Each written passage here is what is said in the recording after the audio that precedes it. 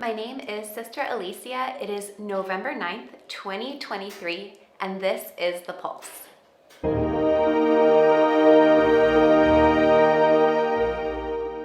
In the Gospels, Jesus talks about wars and rumors of wars, which can be unsettling for us, but in a way it's consoling because Jesus helped us to realize that in this world, there will be conflict, there will be war, but what is our response?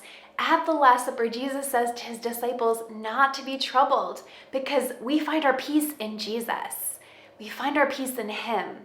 So as we look around and we hear about the war in Ukraine, the war in the Middle East, the war on our city streets, the violence, the human trafficking, the drug trafficking, the gang activity, Jesus is in our midst even still. We are not alone in our fear, in our confusion, in our anger, and our rage against injustice and violence. Jesus gives us the answer, and it's a relationship with him. So this week, let us recommit to being in right relationship with God and with one another through our communion with him. This week in Heart of the Revival, we have a new essay from Jem Sullivan on a beautiful piece of art that focuses on the multiplication of the loaves and fishes, a miracle that we read about in each of the four Gospels. And we feature a wonderful video series that the Vietnamese Eucharistic Youth Movement has been working on since this past January to help young people to enter into the mystery and the treasures of the Mass. And now for revival news from around the country. On October 27th, Pope Francis held a vigil for peace at the Vatican. Participants prayed the Sorrowful Mysteries of the Rosary,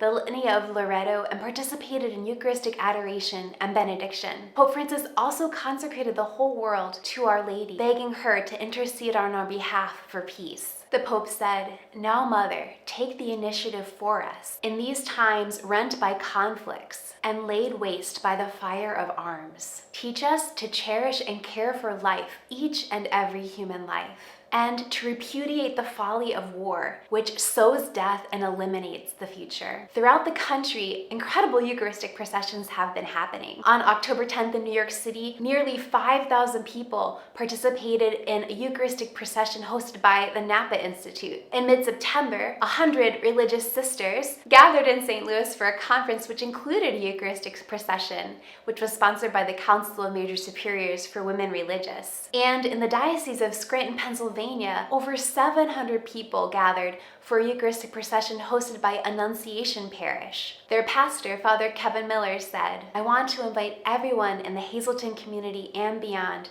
to bear witness to the true presence of Jesus Christ in the Eucharist as we process through the streets of Mountain City this weekend." And finally, as we continue to live this revival, the Dominican province of St. Joseph's Journal, Dominicana, which is published by the Student Friars, will be focusing entirely on the Eucharist for their next issue.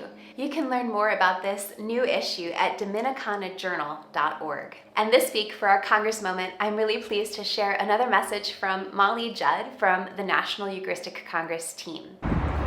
I'm here to invite you to the 10th National Eucharistic Congress. So there's this mystical truth that when we receive Jesus in the Blessed Sacrament, our whole bond with the body of Christ is strengthened in this very profound way. We get to be with Jesus, the one that we love.